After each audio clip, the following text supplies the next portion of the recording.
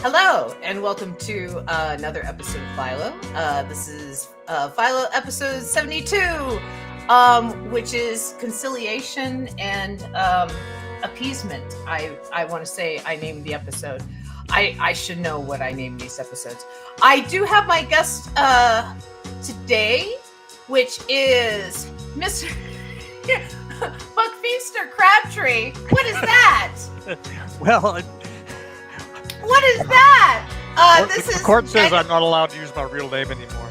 Okay, this is Daniel Scott Gabriel Murray, who is a comic artist and trade card artist, and does like posters and all kinds of like coolness, and has like way more Instagram followers than I do because he's like way cooler than I am. And I don't know what way cooler. Well, I'm marginally less cooler, actually. Well, I would say way cooler. Let's do kind of a hip hoppy theme for this, and then let me. Sorry. Yeah. Oh well, I have to. I keep looking. So, folks, my screen's here, my camera's here, so I'm not ignoring you. It's like if I go like this, can I watch what's going on? You.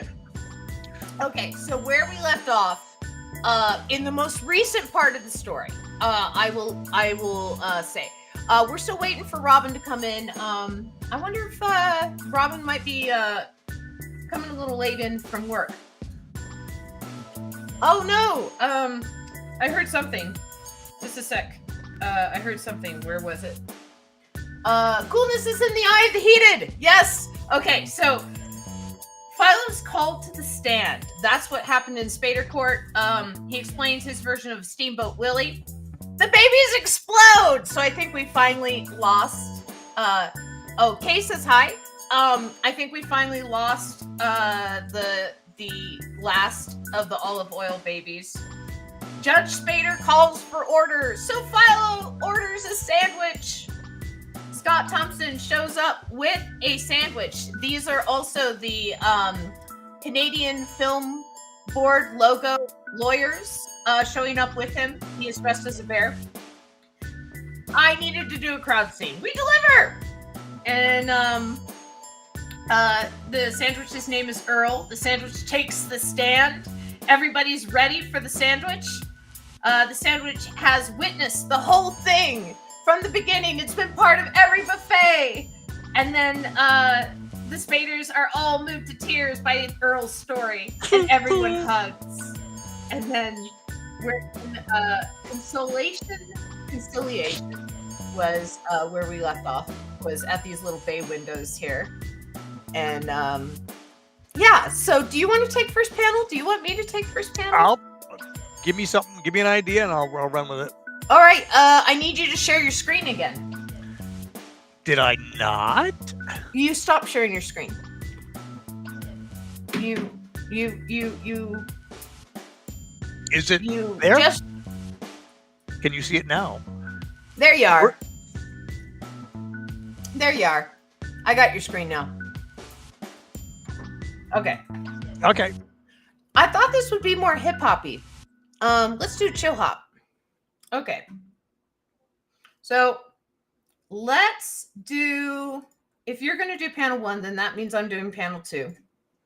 So what happens after they're in the conciliation office? Conciliation court. Well, we have to rule out conjugal visits. So, conciliation court. It's time for a share your feelings with the group. Yes. We have at least 2 people in chat.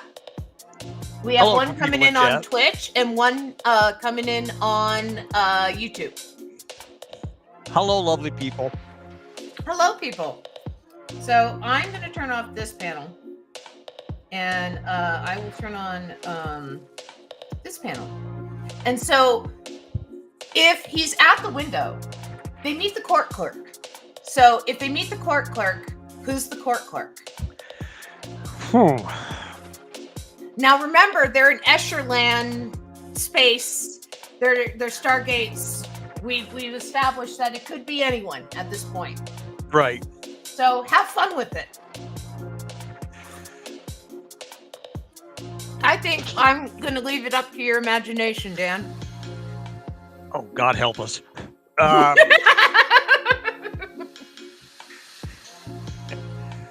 Let's see. Where can I go with this? I could start with a collection of off-color Italian hand gestures.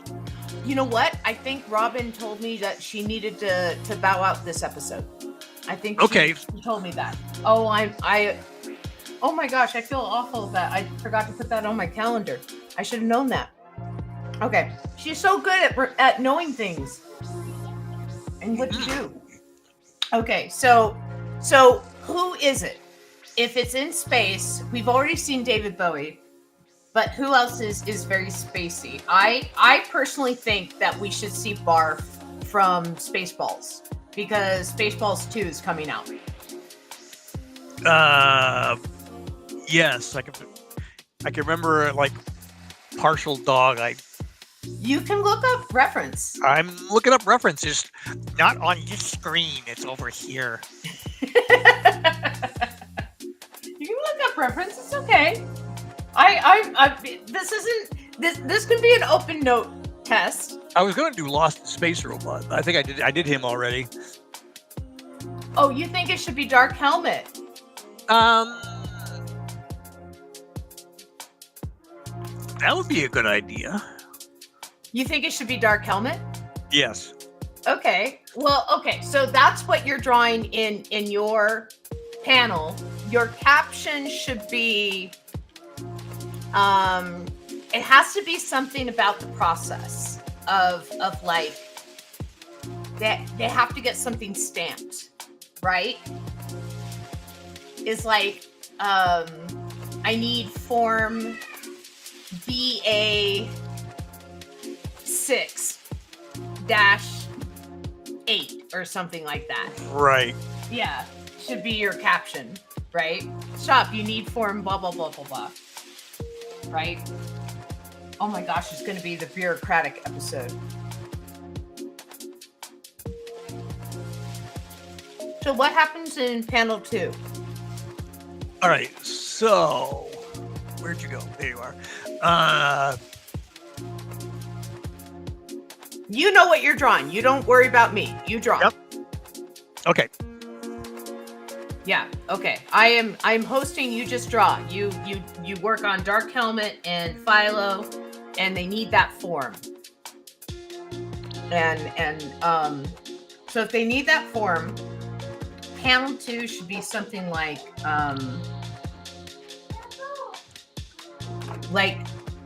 where should he get it, or like the process of getting it. If they're going to have to get the form.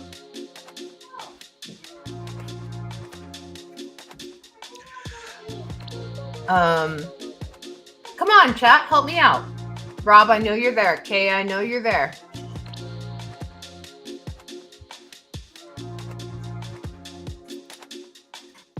I see a sneaky little Wood in chat too.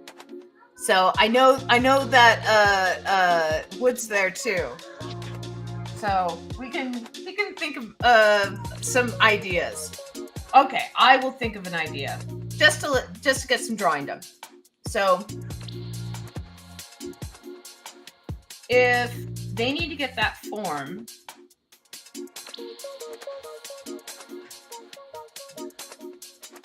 well, they have to go to the next window. Well, do they have to get back in line? The archive from hell. I imagine they'd have to get a ticket. Yeah. It's like, I'm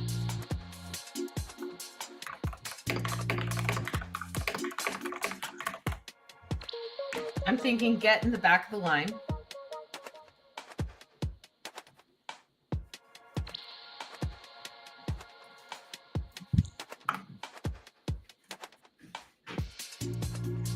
And I just started typing that in the middle of the line. Okay. All right. Get in the back of the line. So. We get some King's chicken. Okay.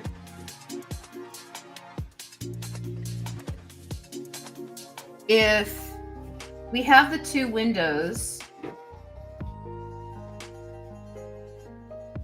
I think what I'm going to do is like cheat the perspective.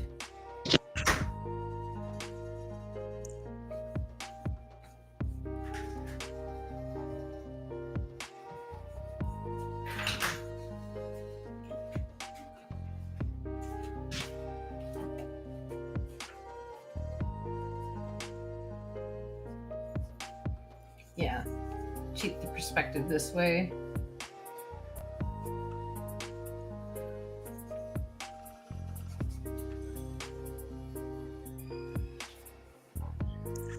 But I'm a dummy. Oh, what'd you do? Oh, I put the same. I made make two layers, and put the same thing on each layer. Because sometimes I ain't too smart. I love you. Me too. Oh wait, he's that was leaving. for somebody else. Yes, that was to Ian, who's leaving with the baby. So, okay.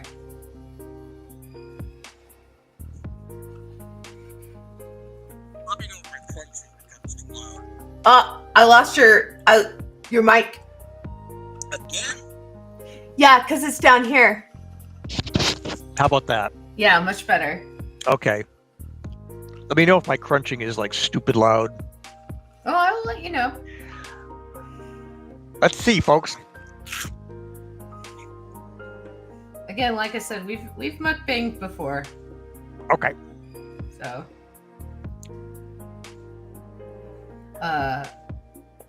Yeah, I'm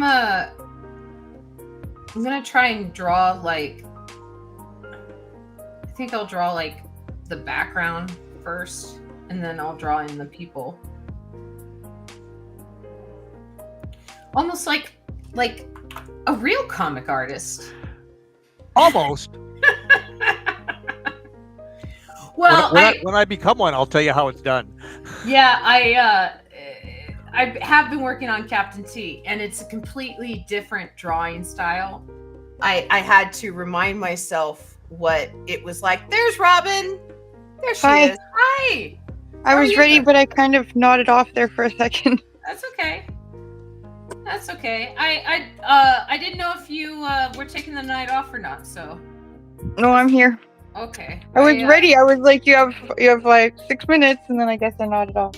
That's okay. I should have messaged you too, and been like, hey, where are you? But I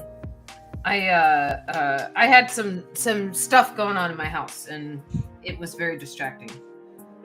Yes, there's the background, and then let me draw people. And so, Cool. I guess Philo is still a Venom at this point. I guess he's still a Venom. Well, he was a Venom in court.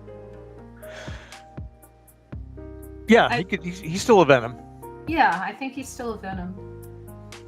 So it just means you have to draw him with his like slick body. It could be that thing where he'll never leave Philo unless you do that weird like downwave thing, where it vibrates off his body. Is there also like an acceptance rejection thing that has to happen too with Venom? Well, in the movies, they were like, the host was dying, and it was like the last one was the only one that could survive with him. I only saw the first party character.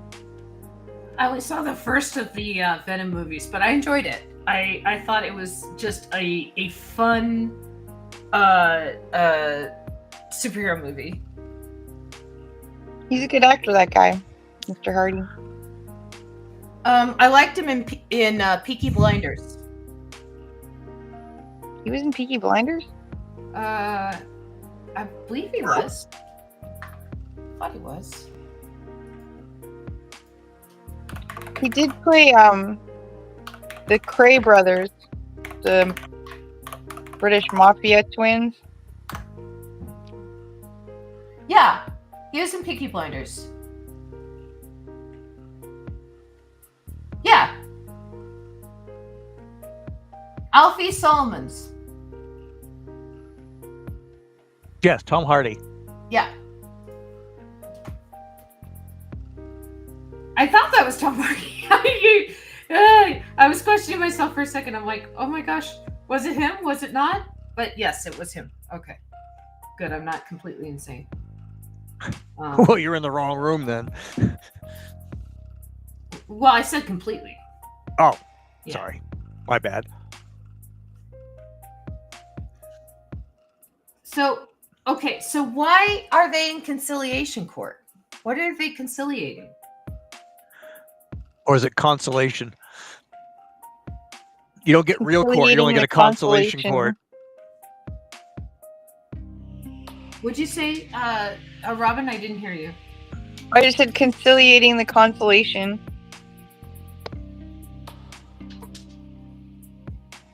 Let's see, and then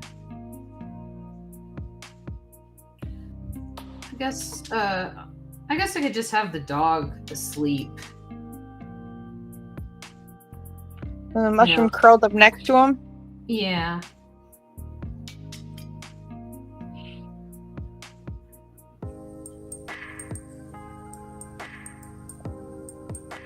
So, okay, what the frostytools.com is because I have ads now in the Twitch, is that tells me when the ads are playing. And so I can tell people when they're coming up and stuff.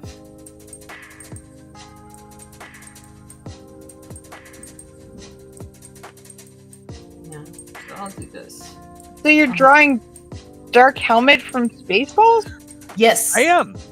Oh. Yes. Per the suggestions of the audience. They've just announced that they're going to make a second one. I know, I'm so happy. I just keep hoping that I worry that I hope Mel Brooks lives long enough. As is one of my hopes as well. I'm hoping that there's enough like energy from us youth that still believe and love him that will carry it on enough that he will finish making space. Youth. Yes, from our I'm Spaceballs is definitely one of my all-time favorites, but the one that I love the most of all of his movies is Blazing Saddles. Like, I have half that movie memorized. Blazing Saddle. That's my mom's favorite movie. I really love it. I have a soft spot in my heart for the Producers musical.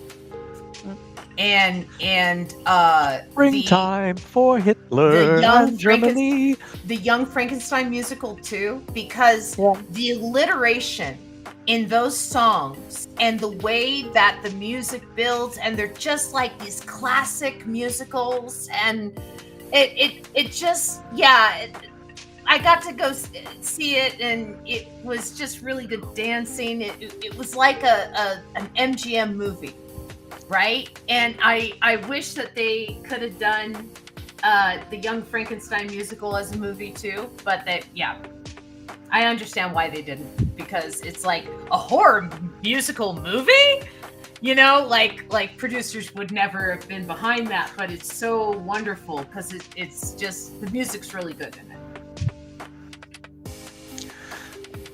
This is just be really roughed out because I'll go back and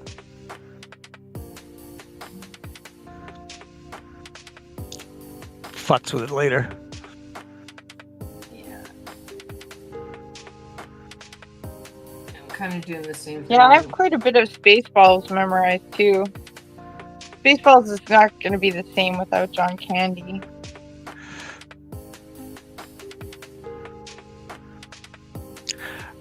Agreed. He's pretty tough to replace. Maybe they'll do like a female version. Oh, and Joan Rivers was in it too, actually. Mm-hmm. She's also passed. Yeah. I keep forgetting I have an eraser on this thing. The actor that played the King of Druisia, he's passed too. I don't remember his name.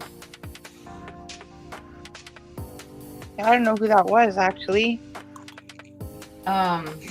He was. You mean the princess's father? Yeah.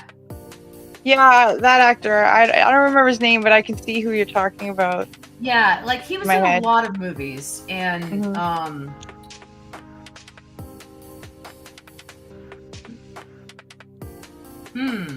Oh, you got some audience suggestions. Ooh, yes. Conciliation is the bringing together of two parties. Consolation is reminiscent of hugs. Perhaps all parties get involved in a big group hug, maybe led by Armand. And his new arms. Well, maybe he's... Hi, Tangent. Hi, Tangent. Hello, whoever you are. Tangent. She's near you. She's tangentially close by. Define tangentially close. Well, isn't that redundant? Two words are almost the same. Your Department of Redundancy Department? Yes. How may we be of service in helping you? Yeah, how may we be of service in helping you and your needs today? Yeah.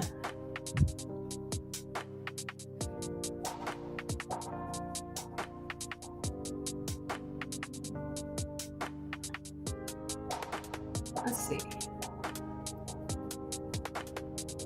Now let's do some white.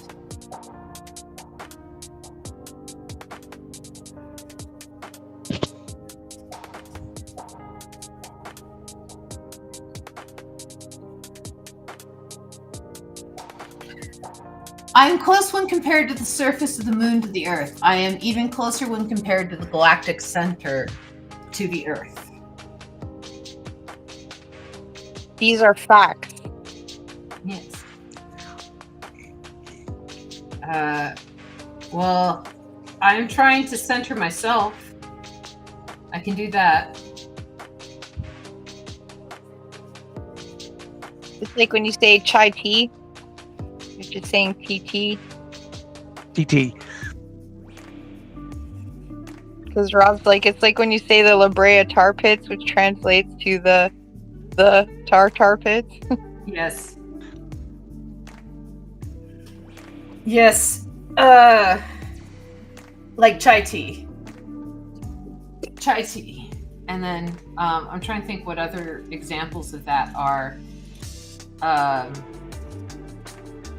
There's like Rocky Mountains is kind of like that. It's like, what are those? I don't know. They're rocky. Pretty mountainous. They're mountains and they're bumpy. Ergo, they are rocky.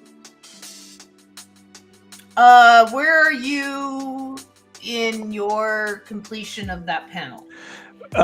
Pretty much. I'm just throwing up ancillary stuff. Okay.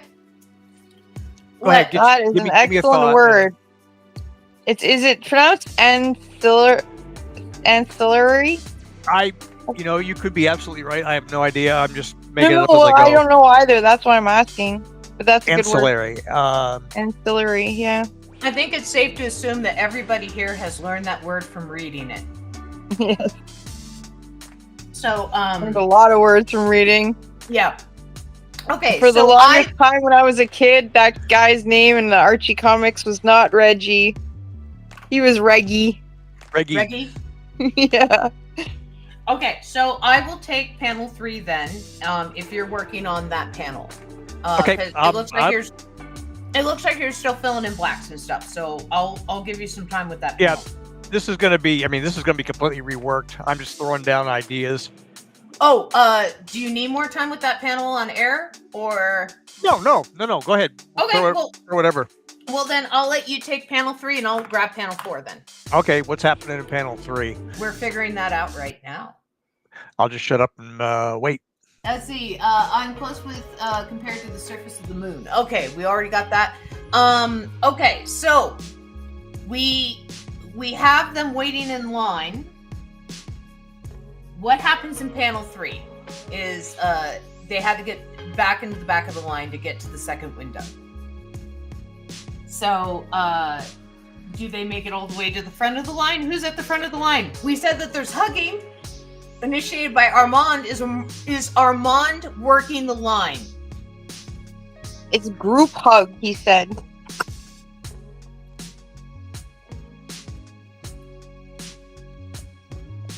What line do you mean? The line that you drew?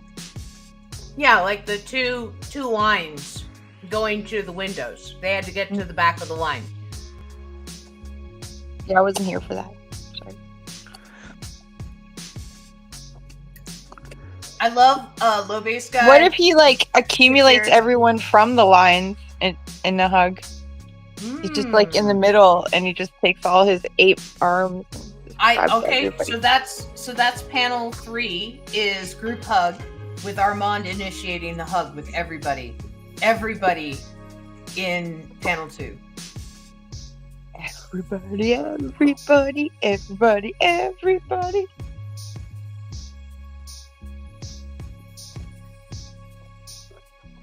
So what happens then in panel 4 after the group hug? I think Elton John should show up. I thought we were getting pretty close to an ending. Do we really want to introduce? Oh, okay. Sorry, I didn't know. I didn't know we were aiming for an ending already. Cool. Yeah, no, I feel like that too. Yeah, because it's like, you know, it's been a while. We are having a group hug, and we have been to Spader Court twice. How do the Spaders feel about group hugs? Does it sway them in any way?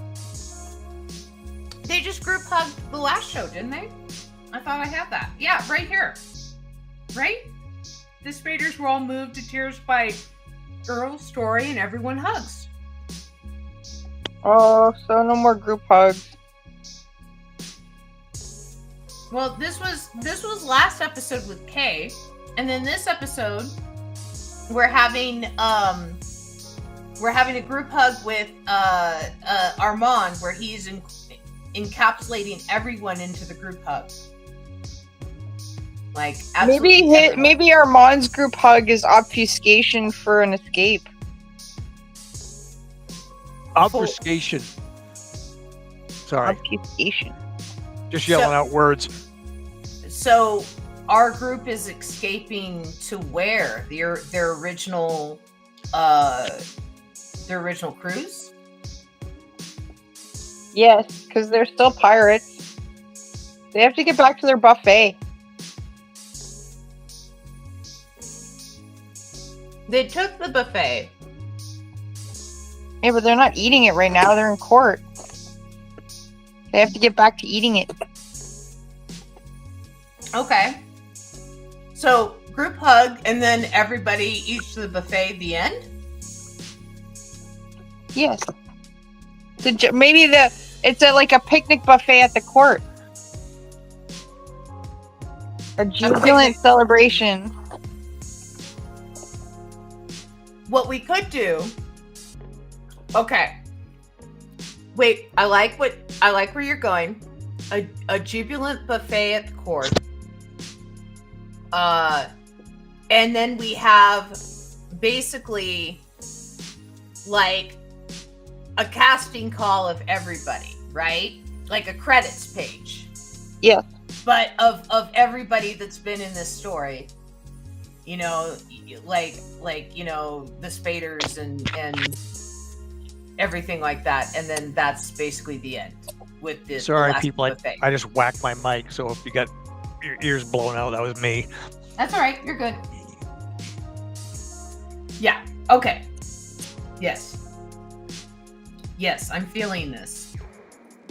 I'm feeling this. Okay. So I feel like if we're gonna be getting close to an ending, we can't have like chill music like this. We need to have like epic music. Let's do our epic music. Sorry. This is supposed to be epic music. Come on, epic. Epic banana. Oh, key.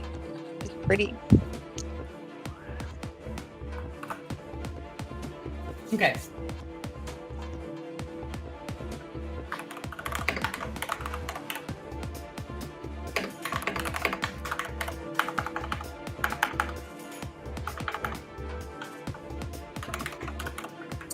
Wait, grand buffet spread in Spader Court. It's spread. Yes.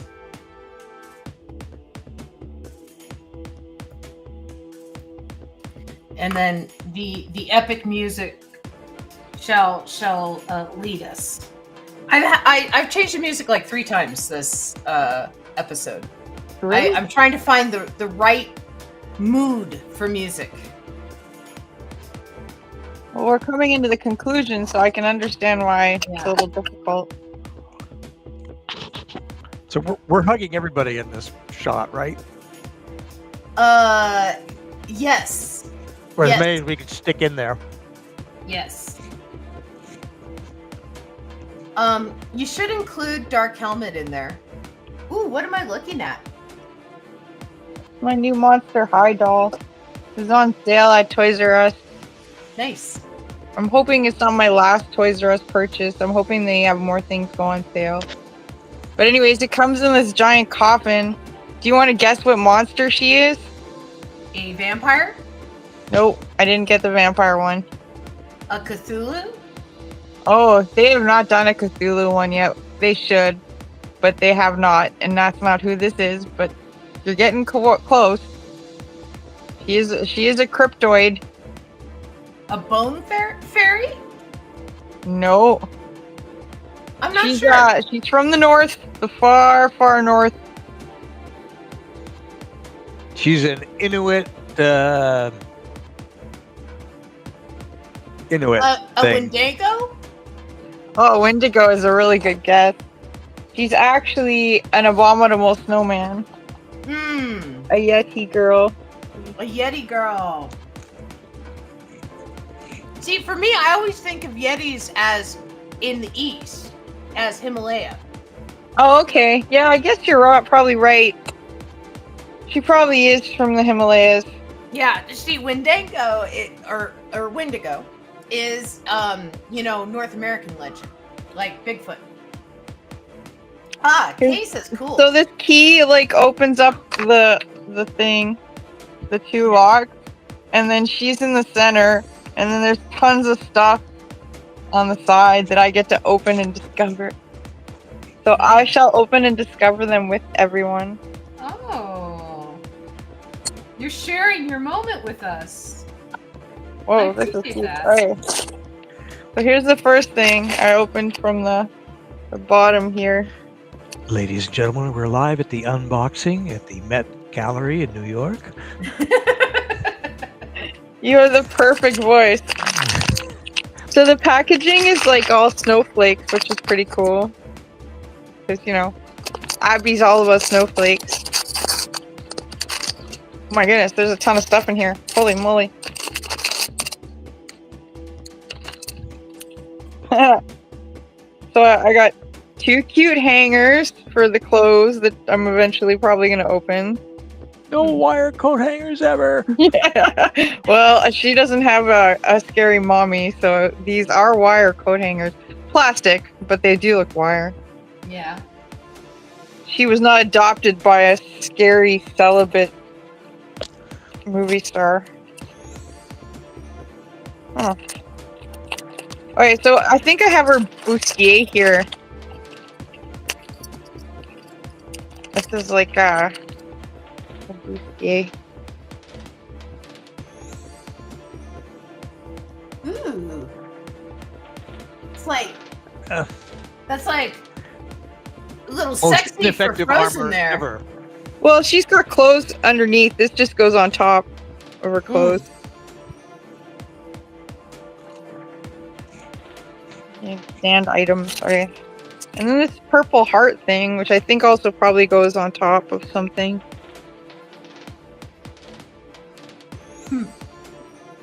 We'll see. Alright. Time to open the second giant package.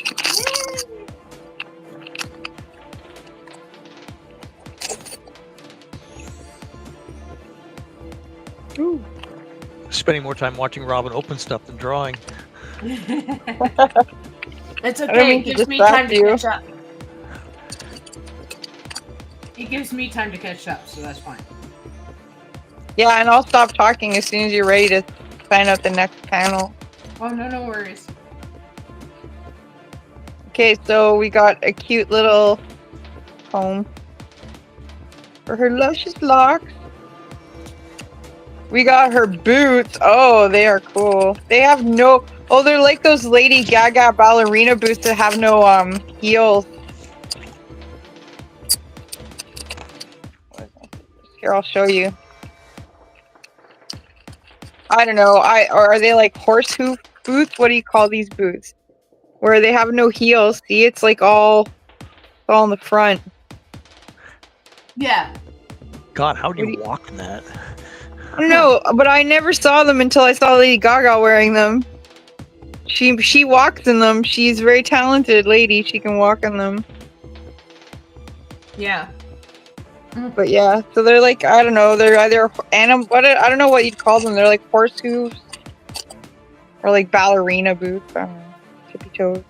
But you see, she's got the icicles going on. Ooh, icicles. Okay. So I wonder if that's like an extra pair of boots. That'd be cool. Is she already wearing a pair? Yeah, I think she must be. I haven't opened her yet though. She's got a little icy flask of, I guess, water, ice water. Well, this is for kids. I'm pretty sure it's not alcohol. Could be mocha. You know. Could be mocha. Yeah, that's true. She could like. She'll probably come with a little diary. They used to come with diaries. I don't know. I can't remember if the new ones do. I only have like 2 of the new girls. It's because this is G3, Generation 3, the new generation. Mm-hmm. But this little water flask is cool. It's got like the Monster High logo on it. It's got like a little straw. Cute. Isn't it amazing the detail they can sneak into things these days? Like the molds that they can do for toys. Yeah, like this is a purse. And it's hollow, so I could put like that little water container in there. But yeah, I mean, I guess it's all 3D printing, right? It just makes everything so much easier. Well, those probably all injection molded. Yeah. Injection molding would be cheaper than 3D printing. Okay, yeah, you know better than me. You're right. They wouldn't need all that filament. Alrighty. So that purse is cool. Like, I'm not gonna put the water bottle in, but let's see what else comes with it. Alright, so that's one side. Closing the one side. Oh, opening the second side.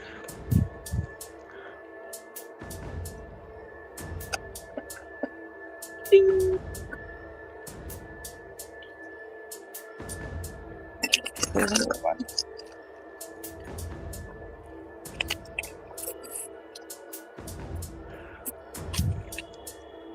Oh, this one's closed. Nice. Oh, is it more clothes? Okay, so this, I don't know what this is, but like this is the heart thing, and I'm assuming the purple heart goes on top because it fits kind of perfectly right on top, so I'm going to put that in. Maybe it goes on her back. Maybe it's like a backpack or something. I don't know. This series is called Monster Mysteries. So you have to kind of figure it out. I guess. But you know, when I got Ghoulia, she came with the key, the whole locker thing too, right? And that, like, you had this key and you had to, like, soak it in water and it would do different things and it had all these different things it had to open. It's kind of interesting that they've made it more interactive. Okay, so she's got little leg warmers. Cute little purple leg warmers. Or maybe they're for her arms. Arm warmers? I don't know. Maybe they're both. Yeah, it's probably dependent on whatever you want to do for her fashion. She has... What is this? She has these little terry cloth shorts.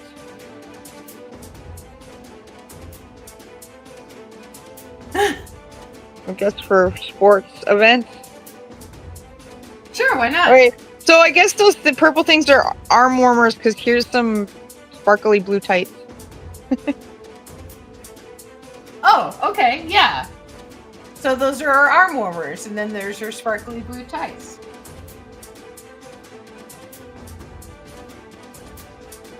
For all her gym needs. What else is in here? Oh, this is her headphone crown. This is kind of cool. So it's got like headphones here. Mm-hmm. And then this is her little face crown there. You wear it like... Yeah, she wears it like this because it's like it goes like that. So it looks she's got like a cool headband. See, I thought it was like a music festival thing because she's got these headphones because that was a series earlier, but we'll see. All right, what's in this last one? The last baggie.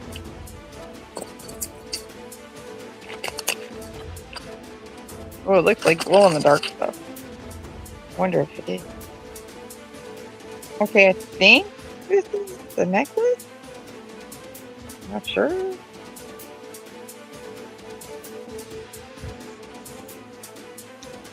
It's split at a weird point, like, which is right here on the side. Maybe it's a... Yeah, I don't know what it is. Wait, let me see it again. Because it's too skinny to be around her neck, but it's split here. It loops around something. Yeah, maybe it's like she holds on to it, or it goes around her waist or something. I have a huge booklet that has instructions and stuff, so I'm sure it'll tell me. And then there's These some balls silver. come with instructions? Yeah.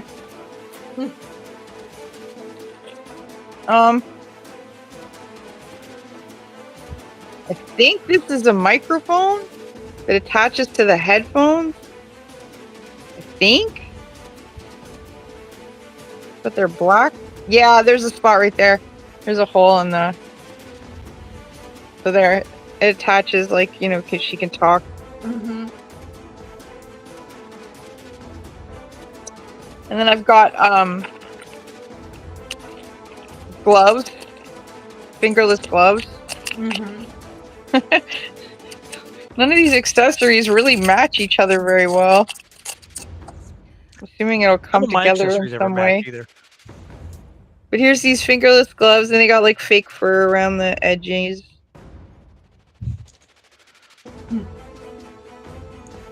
But it's plastic fur. It probably looks really good when you put them all together, though. Yeah. And I have no idea what this is. I'm assuming it's part of some platform. We'll figure it out together. Alright, so that's... Both sides are empty. Are you guys ready to see the doll? Yeah! Doll! Doll! Doll! Oh, maybe I'm gonna need the instructions to get her out. I mean, I think I can pull her out of the top, but I think there's probably some way to... Oh no, pulling her out of the top is how we do it. Okay, here we go! I have put together some thermite. We can get that out that way. Oh, here we are. Look at her eye. Isn't that cool? That is really cool. She's got bangs on her upper lip. Rob had a really good idea that since we are stuck in an Escher world, that everyone gets sucked into a single point. That's cool. But he also said finger puppet.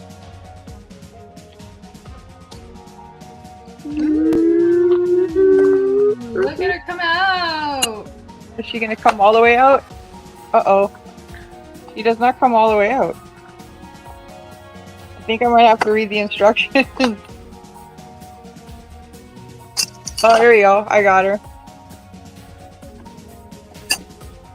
Huh. Well, that's interesting. It's like a coffin. Now, the cool thing about Abby Abominable is that she's bigger than the other girls, which I like. She's like built like a tall girl. Whoa, guys, look at her boots that she's wearing right now. These are way cooler. Oh, those are like shimmery. But I love the design on the front. They're just standard heels. Mm-hmm. But still, that's really cool. They put a lot of detail into these toys. Yeah, I like the new series, but one problem I'm having with them is I'm finding a lot of them are really, I feel like they're cluttered. I don't know how to explain it, but it's like there's just way too many accessories on them, like plastic stuff. They're way too busy. Yeah, I'm not into most of them, but some of them have really cool fashion choices, and I like them a lot. Yeah, see, Kay pointed out that the size difference is really different because they can't share clothes. But one thing that's pretty cool is a lot of them can fit into Rainbow High clothes. And the Rainbow High girls are actually a little chunkier, so I thought that was kind of interesting. They've made the new series, the girls are a bit more human in form. You know what I mean? Real They're world. not so, yeah, Barbie. Christine. Yeah. The reason why I like the original series to begin with, like, their bodies were not in any way, shape, or form normal. But the thing is like the character designs were done by a Canadian cartoonist named Glenn Hansen. And I just was so excited because I was like, these are action figures that are done by him. So I never sat there going, oh, they have to have real girl bodies. I mean, they're the daughters of monsters. But the thing that they are doing, which is cool, is they're making them unusual sizes. Like this Abby Abominable girl, she's, like I said, she's a lot taller, and you can kind of see it, I guess, maybe in the photo, in the picture where they're all together. I don't know if you can see it.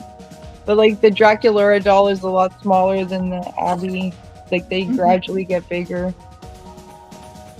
Which is cool. There's another girl called Caddy Noir. She's like one of the rock singers characters, and she's a very chubby girl. So that's cool. And they've done like a couple of characters now, which you could almost say are like based on African American characters, because they have like edges and they have like sort of kinky hair or more like dreaded hair, which I think is good because it's all representation, right? Oh, she's got monster claws. Nice. I don't know if you can see this, but her fingers are really monster claw-like. Nice. Yeah, she's cool as heck. Oh, she's got little white freckles.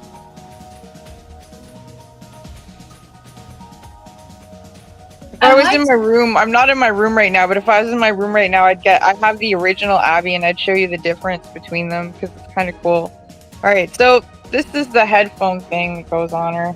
I like the design of them, where it's soft enough for kids, but it still has that implied threat of like the claws, right? Yeah. Well, they are monsters. But that's what I mean, is like, you know, they still gave her claws. They still took the time to give her fangs. Yeah, to you know, mold out the claws and stuff like that, to give her fangs and give her claws and stuff. But it's not going to scare a little girl who opens up that package. Well, they'll know what to expect, the little girl, right? Because it's like, it's clear what you're looking at. They're not hiding. Yeah. They're not hiding anything.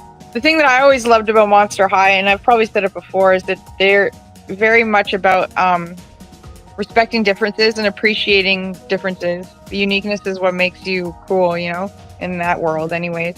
I just realized, I thought these were ears, but she's actually got these giant horns. She's got ears.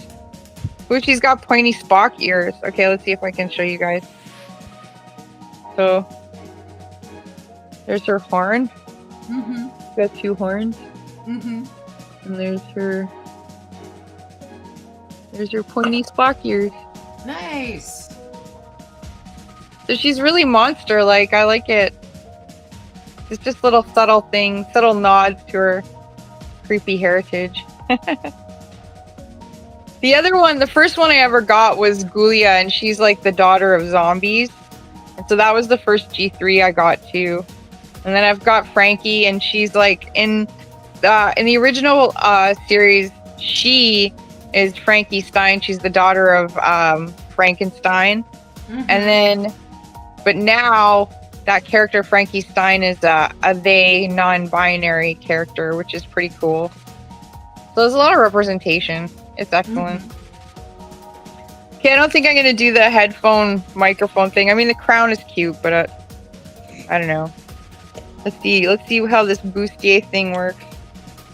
See, if I had like as many dolls and stuff like as you do, what I would spend my time and the majority of my money on would be like crepe paper and stuff to like make them environments for them to like. Yeah, sit. my friend Cheryl does that. That's she does that a lot. She does that a lot. She makes really cool dioramas, and she's really into like the DC characters, and so she'll get like a whole bunch of cheap Migos, and then what she's been doing lately is she's been using like medical tape, colored medical tape, and wrapping it around and creating like new outfits for them. Yeah, she's really creative, Cheryl. I love watching what she does. She's like into DC characters and Doctor Who. Yeah, I love the bustier by itself, but on top of the dress, it's kind of dumb, flashy. I don't like it. It needs to be a different color to offset it. Well, Yeah. again, you're not seeing it with all the other accessories. You're not seeing it with her arms on and her gloves and all that sort of thing. And they design these things to like all be worn together, right? Well, no, these are different. It's not all together. Like some of this stuff is separate. Like you take it off and put other things on. I'm going to show this. Let's look what the directions say. Give me 1 second. Rob said that his body isn't normal either. He has to hide his tentacles. Attention. Okay. Find the tokens and put them. Oh, okay. So that silver thing is a stand for these are the tokens for the heart thing. There you go. I put it together. Oh, the tokens. Find the tokens. I found the tokens. Okay, so you have group hug. I have grand buffet spread in Spader Court. And then I guess we could do a wrap up of everything, or we could just shrink them down to 1 point. What are we gonna do? Compacted to infinity. I found, this is for Amber, I found this in a box of stuff. And this was done by a friend of mine, and this is back in the day, because I'm old, in high school in 1977. Mm-hmm. This was a gift to her boyfriend at the time. She burned that out. That's an actual... She did a knockoff of that and just nailed it. Did she ever? Yeah. Oh my.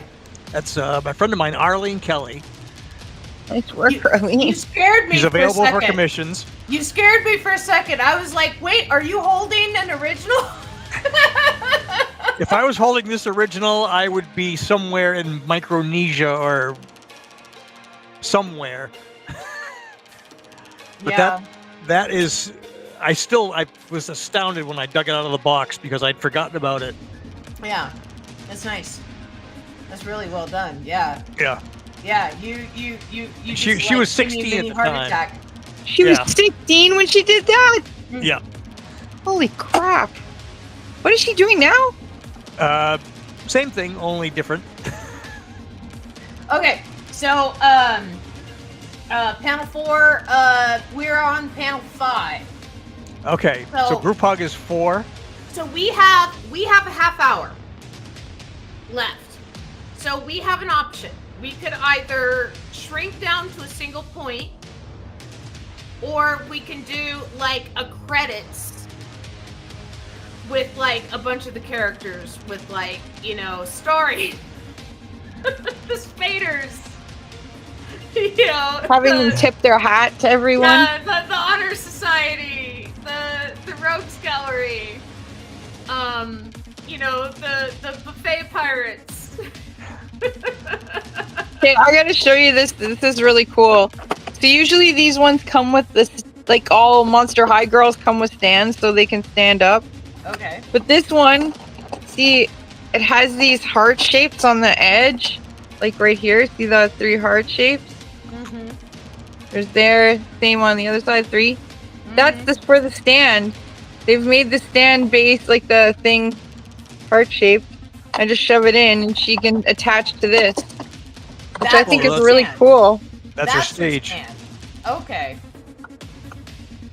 There we go. Nice. Put her body there and she's ready to go. Nice. And the other thing that I was going to say, so it turns out that, yeah, that other look is like an athletic look. So these are like ballet shoes. And yeah, she does. These are leg warmers. And these are workout shorts. And that's why she's got her water bottle to go in her gym bag.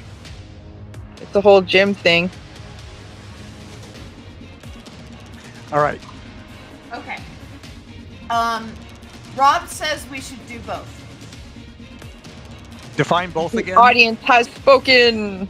That we should do the credit roll and have them shrink down to 1 point. Okay. So, panel? I'm thinking as we have them, like, you know, when we do like, you know, the starring so and stuff, each person should be shrinking down to that single point as we draw them. Like not like each, but like each panel, right? Do we want a panel for every character, or do you want? Not for every character. No. Not for every character. I mean, we've got the cast, we've got the subcast, and then we've got the. Here we go with our wording again. The ancillaries. Yes. Let's see. Everyone, down to. Or what you could do is you could do a single wave off of like that's all, folks. And then everyone shrinks down to a single point, and I will draw the single point shrinking. I will take the abstract. So you can do like, yeah, that's all, folks. Of like everybody going. Ta-da. The Ant-Man universe? What? The Ant-Man universe? Well, you said you'll take them shrinking down into a single point. Didn't you just say that? Yeah. In a selfie. Is that what they're doing? Let's see if I can pull this off. Right, so that bustier is supposed to be part of her workout attire. That's her workout attire? Yeah. She takes off the skirt, and then she's got like this swimsuit thing happening. This goes on top. That's what with the shorts and the leg warmers. Okay. Let's do this. I ain't into it. You're just not feeling the bustier, huh? No. I mean, I like it, but it just doesn't work with what she's wearing. I am going to put the sparkly tights on her, though, because those sparkly tights are cool. Well, that kind of idea, Amber, having Philo here in the center, and then with that selfie kind of, and let's build everybody around him.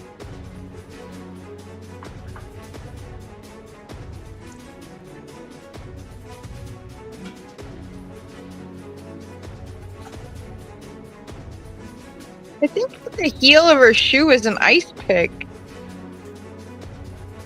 Like, you know when you're climbing mountains and they've got that pick? Mm-hmm. Oh, yeah. Look. Huh. Nice. And when I took her boot off, look at, I don't know if you can see at her ankle, she's got, like, hair. Ah. Well, she is a Yeti. Yeah. But they thought of everything. Well, I mean, I imagine a job like that is like one of those dream jobs. I imagine you're probably right. Rob I remember says watching, he's what was not it? feeling the There was best an episode of Project Runway where one of the guys that was competing was actually like the fashion designer for Barbie. Interesting. Rob says he's not feeling the bustier either with his tentacles.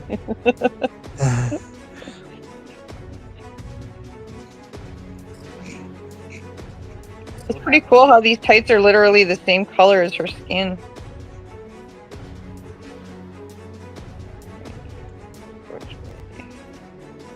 Where am I?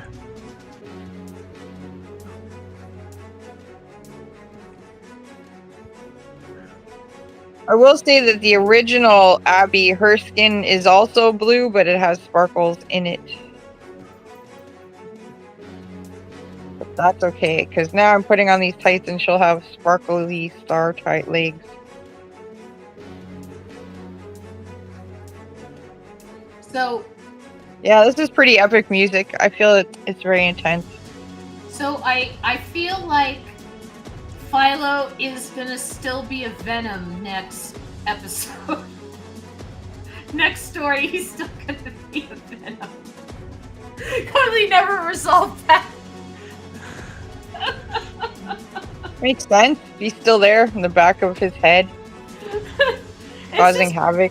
There seems to just be some kind of carryover from each story into the next story, and I love that a little bit.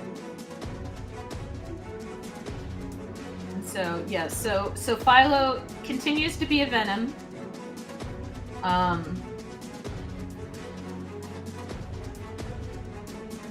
Which I guess means that Olive Oil is now traveling with them.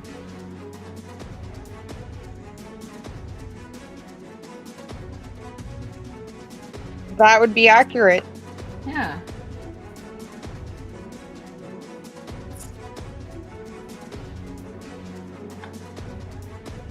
Philo's new girlfriend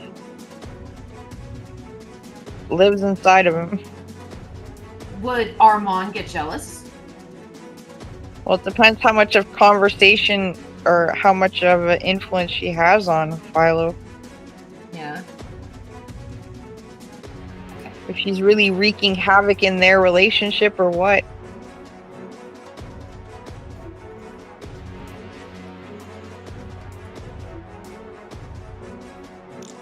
Now I'll have to go back and reference all the characters so I can put them in here. I'm just making a lot of placeholders. Do you want a link to the website? Oh, I've got it. I've got all that. Okay. Thank you. I just can't remember everybody, and I'm gonna like stick everybody and their brother in here. The cat, the dog, To The mushroom. mushroom. let me do this instead. It'd be pretty funny if you put MC Escher in it. Just like chilling in the back. Chilling like a villain. Chilling like a Danish villain. Is he Danish?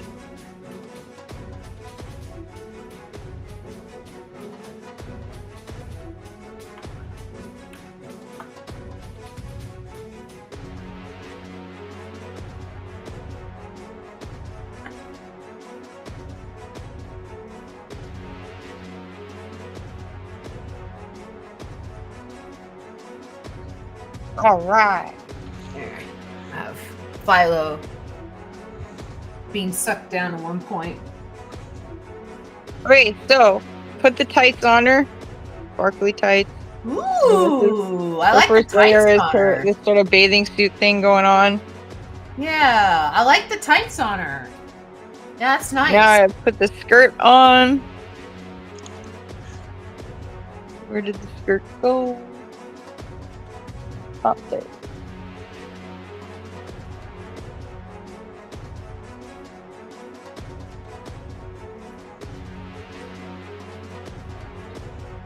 Oh, that white dangly thing attaches to her little gym bag. Oh, it's just like a charm? Yeah.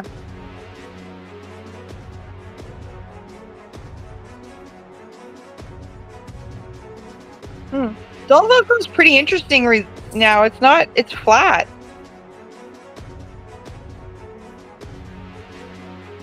Like, it's Velcro, but it's not bumpy.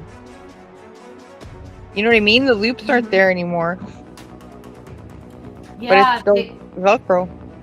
It still works. It's just it still has the loops on it, but the way that they're made now is they're manufactured closer. Thank you.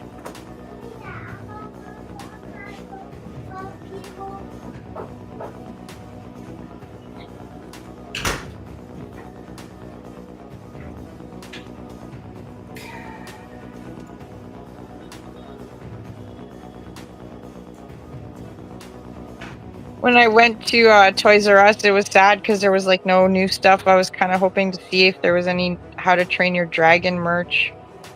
Yeah. But they did not have that. Yeah. None of that. Well, I mean, it's they went out of business down here. Yeah, but that was like 2 years ago, 3 years ago. It's been a while. And we were doing fine for a while too. But I'm sure the tariffs were just like nail in the coffin, right? Mm-hmm. I mean, weren't they the same company though? Toys R Us Canada and Toys R Us the United States? No, it was separate. Oh, well, I am sorry that you're...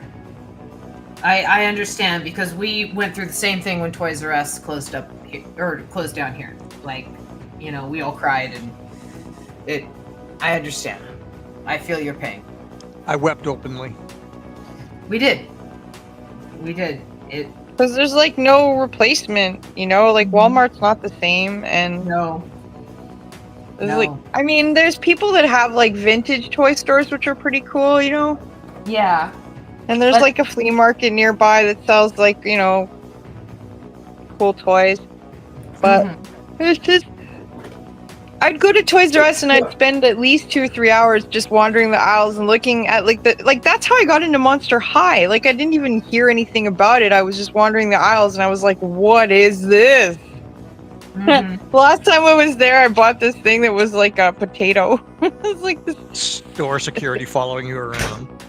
She's been here for 4 hours. Yeah, well, I love it. She's not a kid. What's going on? But it's like I want to see everything. I want to see all of it. Can I help you, ma'am? No. Okay, thank you. I read somewhere that like the toy market, something like 60 to 65% or something, like all toys are sold to adults. Yeah, I'm not surprised. All us Gen X's are trying to relive our youth. Because I was wandering those aisles, man, and there was Strawberry Shortcake, and there was Rainbow Bright, and there is almost every toy that I liked as a kid is there now. G.I. Joe is still there, Transformers is still there. I didn't see any He-Man, actually, come to think of it, because He-Man is still popular. Oh, no, He-Man's still around. I still see him at toy stores. Oh, I'm sure he is. I'm just saying he wasn't at this Toys R Us. Yeah. So this car is called a Hero Hata Merc. I don't know. I thought it was super cool. It's like that's an old Mercury. 50s Roadster. Yeah. Yeah, look up Mercury. Cool. I like Those it. were sweet rides.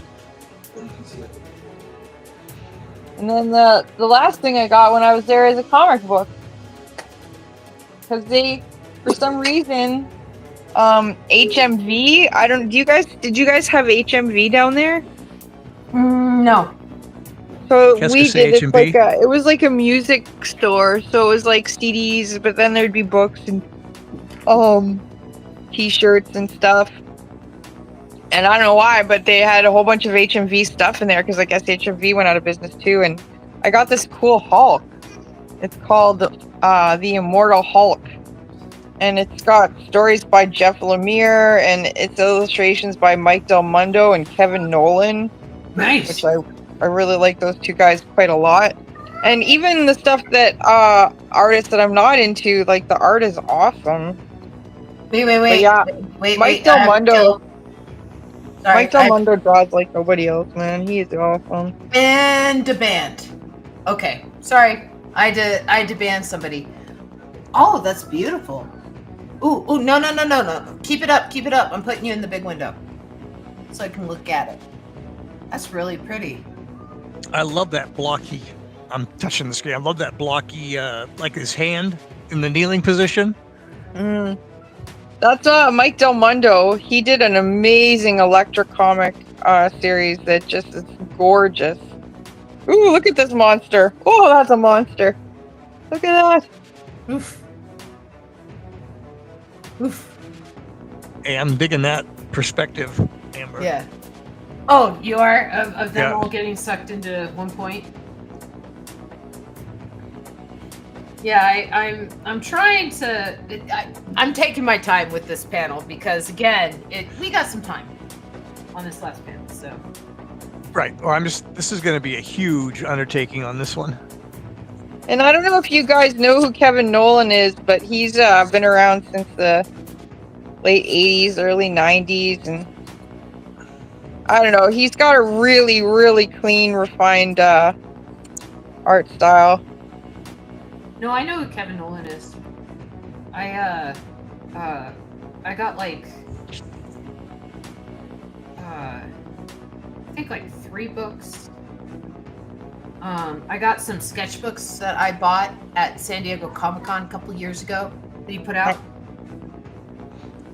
Yeah, he did a really good 3-issue story arc of Superman versus Aliens Yeah. that I own. Not a big fan of either, but I love the art.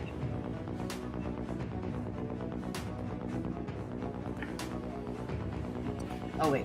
Before I do that, let's give him eyes, so he emotes somewhat. And now we'll do this. Oh, whoa!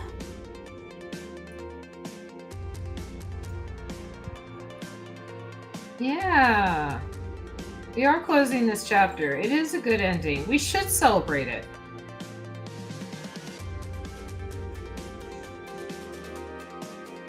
We're just kind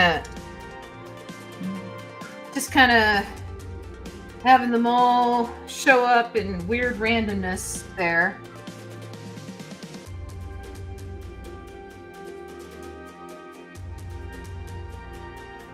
Yeah, I just kind of Yeah, look at this Kevin Nolan Hulk face. Yeah, that's awesome. What else did he do besides Superman? Oh, he's done lots of stuff. He's been around forever. See here. Yeah, I don't have my other phone. I can't Google it off the top of my head. I can't think. But I do remember that the Superman alien. Okay, we're gonna have some fun with some wet wash, I think. New brush. Amber's using a new brush. Yeah, we're gonna have some fun with some wet wash. I'm babysitting the dog right now because my brother's wife and children went up to Chapleau where they're moving because they're hoping to get a house and then come back down. But I gave her this book for Christmas and now I get a chance to finally read it. Oh. It's like it's Tim Burton approved canon sequel. Huh. I haven't started it yet though, because I'm almost done that Rick Mercer book, which has been really interesting because there's a lot of things that he has done before anybody else has. Like the TV show that he was famous for initially was a show called This Hour Has 22 Minutes, which was a news sketch comedy show. So they would be like around a news desk and they would do like comedy bits about the news. Yeah. It predated The Daily Show by 3 years. Yeah. Yeah, it's crazy how stuff like that works. The Daily Show didn't start out as a news, like it didn't start out political, like let's hold up a mirror to what's going on in politics. Who is the like that? Who is the Thank you. Yeah.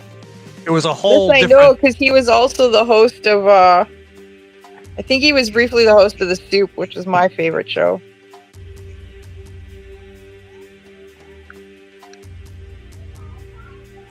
Let's see.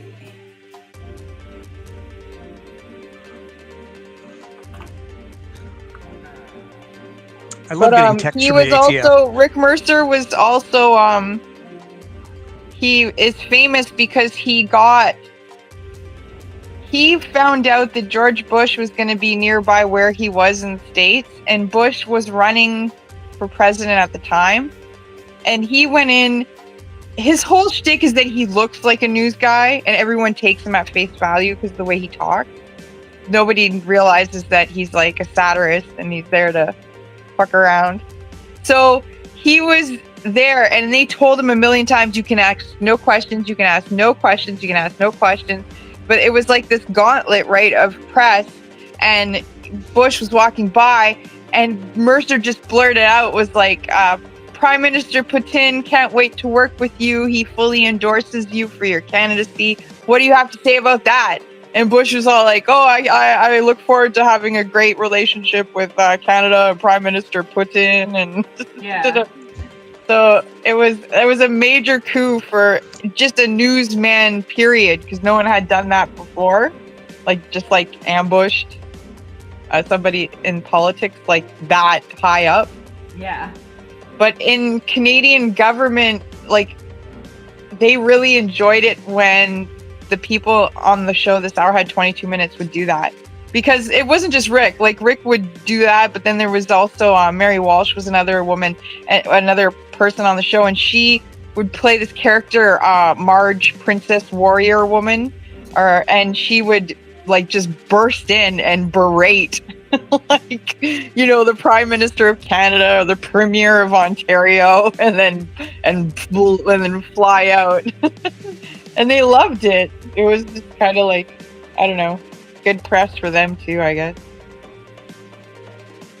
So it's interesting learning about all these things that he's done and not really realizing it until you read it. You're like, oh yeah, oh yeah, oh yeah.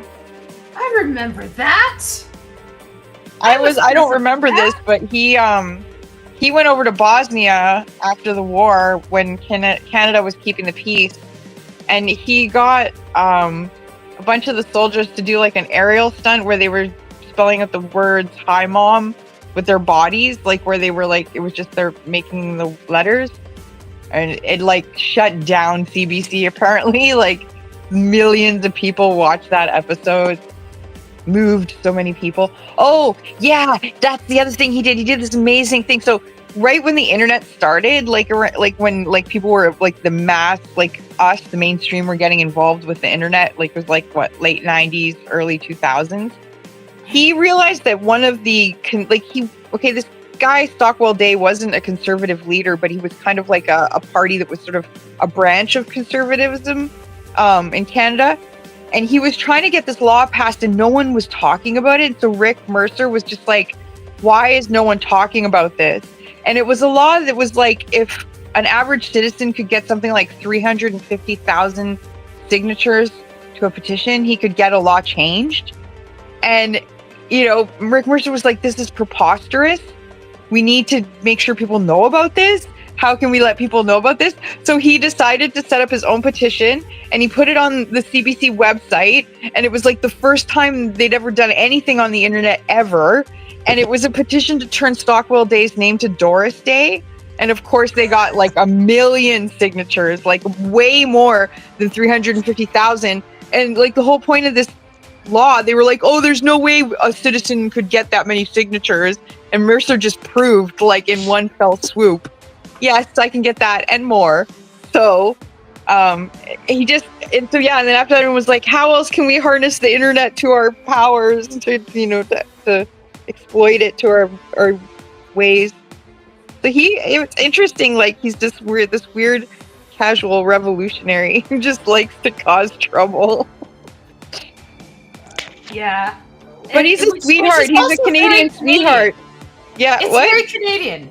It is because he really loves the common man. You know what I mean? Like, if you watch his actual show, well, it's over now, but he had his own show after this hour is 22 minutes called The Rick Mercer Report.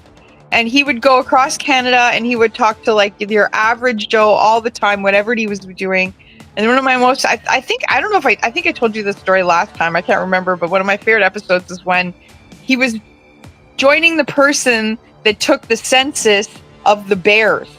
And so during hibernation season, they would go into dens and they would count the bears, like how many cubs and the mother, like how many bears were in the den. And at one point, they're like taking out these little baby cubs and Rick's like just shoving them in his jacket. Like, I want to take these babies home. Like, are these the actual people that are doing the counting? Yeah, he would do that. He would just join people like in whatever crazy job they had. It was like he wanted to showcase like real Canada. So it was like it was really interesting, and he wanted to show you all the things that he loved about Canada. So it wasn't like it was never boring.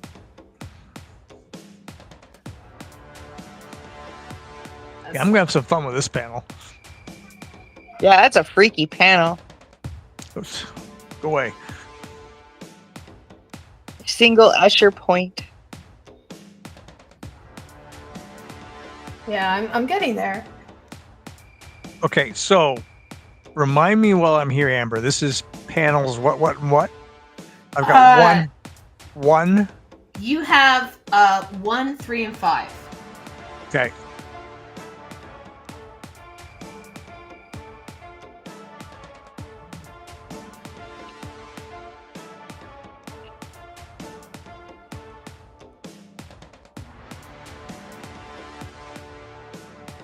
Here, I'll show you this.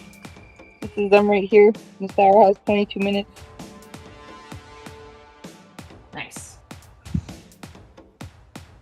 And they would do like pretend commercials and stuff.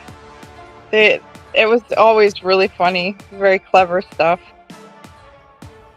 And then he talks about talking to Americans, and he went, and his first major coup when he did that was, you must know who Governor Mike Huckabee was.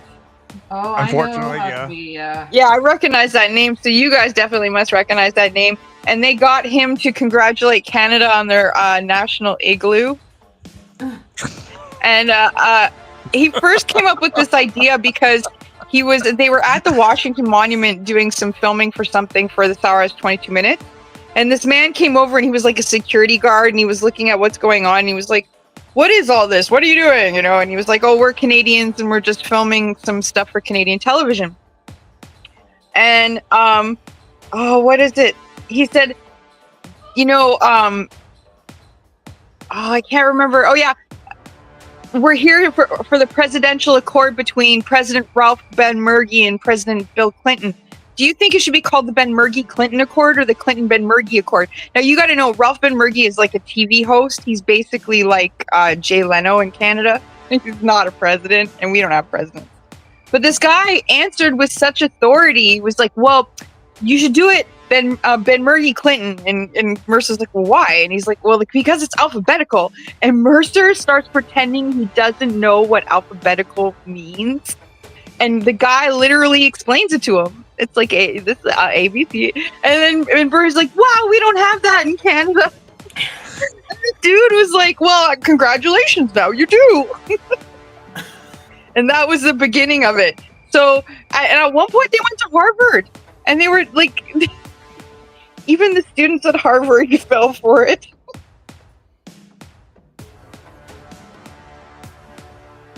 That's awesome. Like, oh, here it is. Look there. That's the hi mom I was telling you about. See? Hi, you Mom. got the soldiers to do the hi mom. Hi, Mom.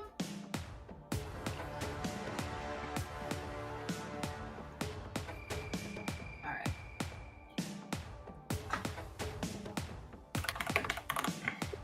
But yeah, he's great. If you're bored, like, you'll fall down the rabbit hole. You guys will enjoy it because, of course, a lot of it's about Canadian politics. But he makes it always so very accessible and easy to relate to. And he's funny. He's really funny. I mean, he's a special character because he's from Newfoundland. So he's kind of like, I don't know how many Newfoundland people you've ever met, but they're very different from the rest of Canada. And I don't mean that in a bad way. I just mean that it's like, like a different culture. They're goofy. Yeah, some of them are, yeah. And Rick is very clever and very goofy, but, you know, get him going, and he's got a great accent. So there's a Canadian singer, Jan Arden. She's had quite a few hits. You probably recognize some of her songs if you heard them. And I don't know when they became friends, but she had her own TV show, and there was one episode where she was blackmailing him to do something she wanted him to do, and it was so funny. And those two together, because like since then I've seen them do like not like actual like hosts and interviews and stuff together, and their rapport is excellent. They are so funny together, and it's such an odd pairing, like you would never have guessed. Hey Amber, how are we doing on time? We have 2 minutes left. That's why I'm doing the end. The end. Good, because I think the power of my phone is about to die. It's at the red bar as we speak. Yeah, I'm going the end. But I'm trying to figure out. Like, oh, I like that font. I like that font a lot. Font? Yeah. You like that font? That's like a 1930s sort of. It's called non-talky. It's called Buster Keaton name. What is it? Buster Keaton word card? What do they call those? Dialogue cards? Yeah, something like that. But yeah, I'm sorry I'm educating you guys so much on Canadian culture. Constantly. Right. And you're dating you. At least you have a culture. You do. You do too. But you know what's so funny? No, what was it like? Ours is going to be illegal in a year or two. No culture. You cannot. You cannot have culture. No culture. No culture here. Unless there's a calendar I think it was attached to like it. 20 years ago. I remember reading an article where they asked Martin Short what it meant to be Canadian, and he said, being very resoundingly and affirmatively not American. Yes. That's like about it. And that was like 20 years ago. He's not far off. He's not wrong. No, we love you guys. We really do, but we're also very proud. And I think it wasn't more apparent by how quickly we boycotted. I'd never seen it. Like so many different age groups were so like my parents were pissed. The younger generations were pissed. My generation was pissed. And it wasn't just like all liberals and woke people. Like a lot of the conservatives and the right-wing people were ticked off. But there were still some people. We have people up here in Canada that want to become a 51st state. No, you don't. No, you don't. No, I'm not saying we do, but I'm just saying there are actual people that literally want that. They wear hats, they have t-shirts that say such things. Why? I have no idea. Don't they so see angry. what's So happening? angry. Don't they see like the fact that like peaceful protests in Los Angeles had like the military sent after them? The Marines. Yeah. No, they don't see that. They're drinking the same Kool-Aid as the people that love him. I don't understand. Well, we'll be at war here with Iran. See, I work with one of these 36 women. hours, so. She's like the cashier next to me. She's the head cashier, and I'm next to her sometimes. One time, an old man came up and he was all like limping, and he was like, "Oh, I'm so slow because of your species." And I was like, "My species?" And he's like, "Women," and I'm like, "I don't think women are a different species."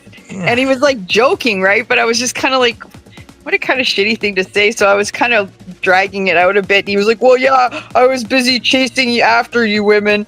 And I was like, well, that sounds like a you problem. No one told you to chase after us. Yeah. And then the woman that I work with who wants to become a 51st date, who loves all that stuff, turned around and she goes, "Stop talking all that woke shit." It was just like, not wanting to be called a different species doesn't make me woke. Why can't I ever meet these people? Because I would just love to have a field day with them. Yeah, I just stay in the house and avoid people. That's smart. I mean, but my job is customer service, and it's a butcher shop, so it's a lot of really nice people, but it's also a lot of like redneck, good old boys hunting fish. And there have been times like people are so, because it's a small space, the shop, it's like it's been there for, I don't know, 40, 30 years. And when people want their meat, they get packed in a little bit tight. And there's been almost fist fights because people are getting so angry because they need testosterone for their meat. They're just like, relax. It's just, and we go fast. Like, that's one thing you have to say about like the store. Like the reason why we get paid well, and the reason why, everyone likes it there, is we go fast, as fast as we can. You know what I mean? There's no lollygagging. There's no, like, we talk to the customers, but we're not sitting there for an hour or whatever, like at Fabricland. So we do go fast, and like a lot of men get upset if we don't go fast enough. I've noticed women rarely get upset. You must go faster. Faster. They get ticked off. Yeah. And I noticed in Fabricland too, because men would come into Fabricland because they'd need something for their car, or they'd need their reupholstering, the deck chairs or something, right? And like if there was a line or anything, anytime I would hear deep sighs, tapping of feet, it was always a guy, someone getting out of line, checking to see why the line's taking so long. It was always a guy. They just don't have patience. And my dad's the same way. He hates IKEA. Like, he would burn all the IKEAs to the ground because he just wants to go in, get what he wants, and leave. Like, he shops at the most expensive grocery store because he knows where everything is now. Not because of the prices. Too much for him, but he knows where everything is. I am going to call that done. Okay. Oh, you changed the font. I did change the font. I like the old-timey font. I did, but it was kind of hard to read. So this one's a little bit easier to read. And so yeah. So I did change the font a little bit, but that's okay. We are at time. We're a little over time, but that's not too bad. We finished the story tonight. Yay! Yay! Woo! Thank you for your help. Thank you for your story. help. Hooray me! Yes. Thank you. You did it all. For your help. Thank you, Rob and Kay, for joining us and helping us write the story. And Tangent was there too. Tangent also helped us write the story tonight. And then I also want to thank Daniel Scott Gabriel Murray for joining us this evening and my pleasure. And helping us with this wackiness that we're doing here tonight. And so let me get the artwork off the screen. Thank you, Miss Robin, for giving us the rundown of the new Yeti Monster High girl that you have. She's so awesome. So much detail. Ice, baby! You were here, Tangent. That's plenty. But yeah, like lots of detail in the Monster High figure. Like, I'm surprised. Like, they're not cheap. They're not cheaply done. Oh, no, they're not. And they're no longer cheap dolls. They have like a whole line for adult collectors. Like, I have an Elvira one that they've done. They did Greta from the second Gremlins movie. That's really nice. It's another one I have. Nice. They just did a second Annabelle one where you can like take off her face and she's got the robot face underneath. But the one that I was really impressed with, and I won't get them just because like I'm not into horror movies, but I thought it was totally revolutionary. Well, they've done two that are revolutionary. The first one is they did the Us movie, the Jordan Peele movie with the black characters that are evil, the evil family and the good family. Well, they did the two women, and like that is so cool. Like to have like a black action figure from a black horror movie. Like I think that, and it's a female characters. I think that's excellent. Yeah. And then the other one that they did recently that's totally revolutionary is a character. It's from Filipino horror. I think it's called the Malangalang or something. I don't really remember its name, but its body splits apart and its entrails dangle down, and it like sucks the life out of fetuses. Yeah, that's and they did this beautiful doll that splits apart. Yeah, it's pretty cool. As it should. And so yes, we will see more Monster High dolls in the future. I am going to end the show now. Goodbye, Miss Robin. We will see you in the future. Good night. And let me close on that. And then Mr. Daniel Scott Gabriel Murray, thank you very much for joining us again this evening and for helping us finish another story. I would be happy to come back at any moment. You helped to start the story. You bookended it. Ta-da! I have you lined up for a couple more tries at the Philo in the future, and I will send you those promos as we go. And yes, so let me close that up. And then all of you out there in Chatland, thank you so much for joining us and for helping out and being here every week for Philo. So we have a new episode next week, episode 73, new story. We're going to have to start new. So, yes. If you are on Twitch, I am going to raid a channel right now. And so let us find someone we're following. And yeah, I'll jump into Honeycrow. All right.